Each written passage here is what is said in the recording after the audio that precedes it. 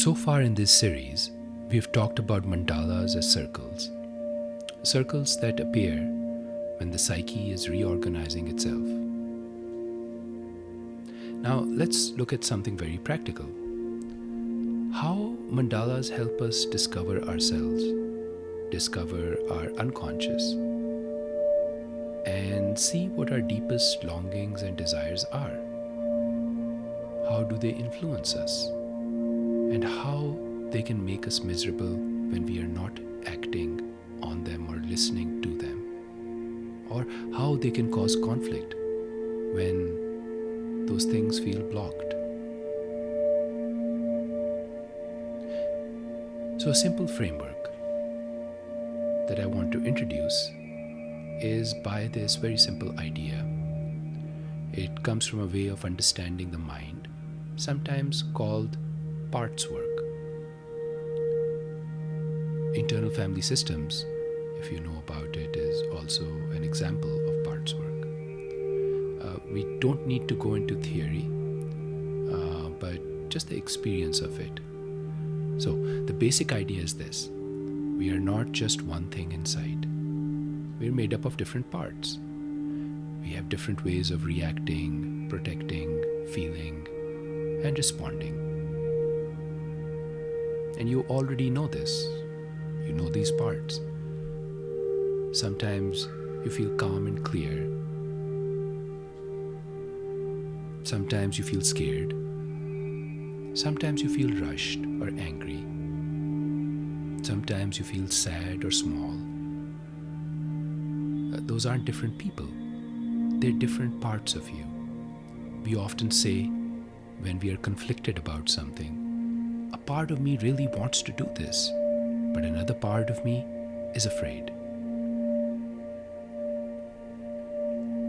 The key principle is this: that parts typically organize around different centers. So the part that is scared when we are conflicted is organizing around danger.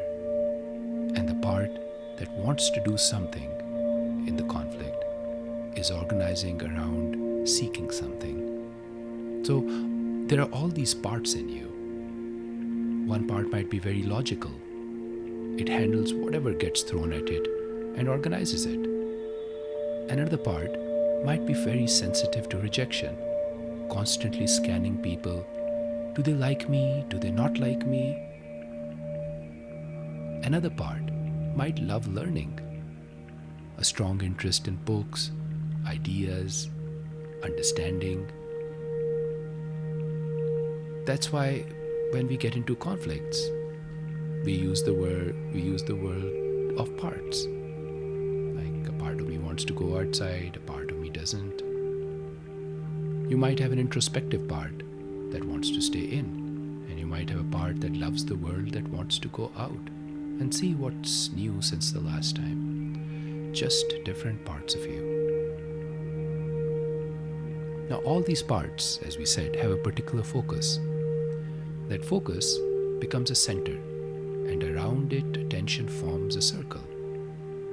So instead of thinking about parts only as types, we can also think of them as way attention circles something. Some parts circle safety. Some parts circle pain. Some parts circle emergencies or urgency. And mandalas can let us see all of this without blaming any part and without diagnosing the whole thing as a disorder. It lets us see life when it is being lived. For example, there are parts whose job is to protect us. These protective parts often organize around safety and control. When they're active, mandalas may look very symmetrical, tightly organized, strong borders, sharp edges.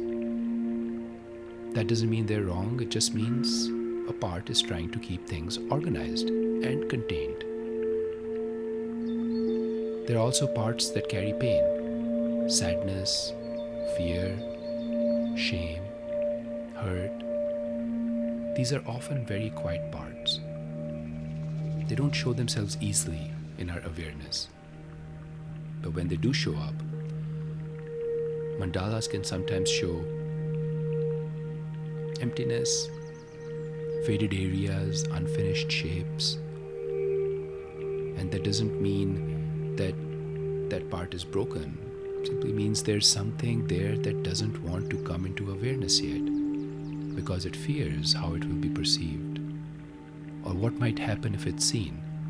And those fears are based on our history, previous experiences. And then there are parts that show up when feelings are too big, overwhelming, urgent. These parts often want to stop the feeling immediately. So they typically do something big to stop it. Sometimes that looks like anger. Sometimes it looks like impulsive behavior. Sometimes it looks like behavior that harms the self. And when those urgent parts are active, mandalas can start to look busy, fragmented, fast, sometimes overwhelmed, full of color and movement.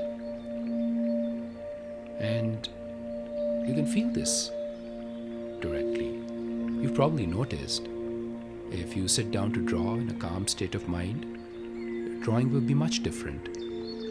But if you're upset, then that urgent part is active. You may choose different colors, you may choose different shapes, different pressure, different patterns.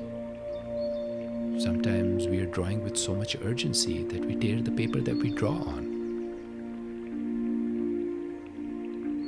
So, what is a mandala showing? It is showing us something useful. It shows us what is the center, what is the system organizing around, what is our attention organizing around. It shows relationships. It shows how the parts relate to each other, how the parts relate to the center, to yourself. And this is exactly why mandalas are so helpful for self-discovery. They give all the parts a place to exist at the same time. No part has to disappear. No part has to be argued with. And this is a slightly different way of approaching meaning. Like, we don't rush to say that this part of the mandala means this and this means that, like X is that and Y is that. Instead, we approach a mandala with open-ended questions and answers that come from intuition and thinking. Where does my eye go first? What feels protected here? What feels distant? What feels far away? What is absent? What is busy here? What is being repeated? And we just let the mandala speak in its own language. And underneath all of these different parts, there's something else. Self or self-energy. It's a quality of awareness that can notice all of them. This is what IFS calls the self. That's internal family systems. It calls it the self. And when the self is present, it often comes with qualities like calmness, curiosity, clarity, steadiness. You can think of the self as the part of you that can notice without needing to control or change anything immediately.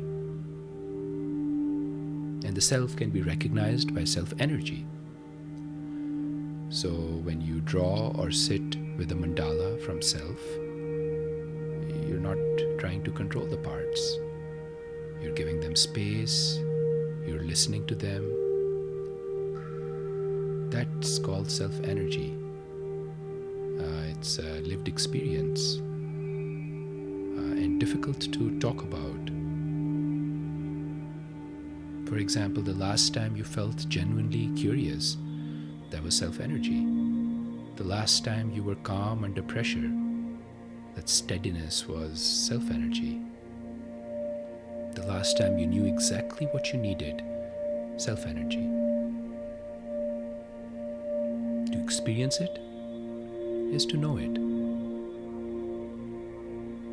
So mandalas, they often invite self-energy because they can hold everything without needing to choose sides. And that's why parts work and mandala work can fit together with each other. Parts speak in feelings and images. Mandalas speak in relationships and shapes. They show the relationship of the center with the whole, and one part of the mandala with another part. That is why when a lot of people, when they sit down to do a mandala, they are accessing self-energy and curiosity as to what shows up.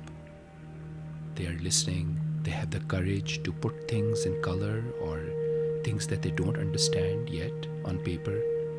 That is an exercise in self-energy.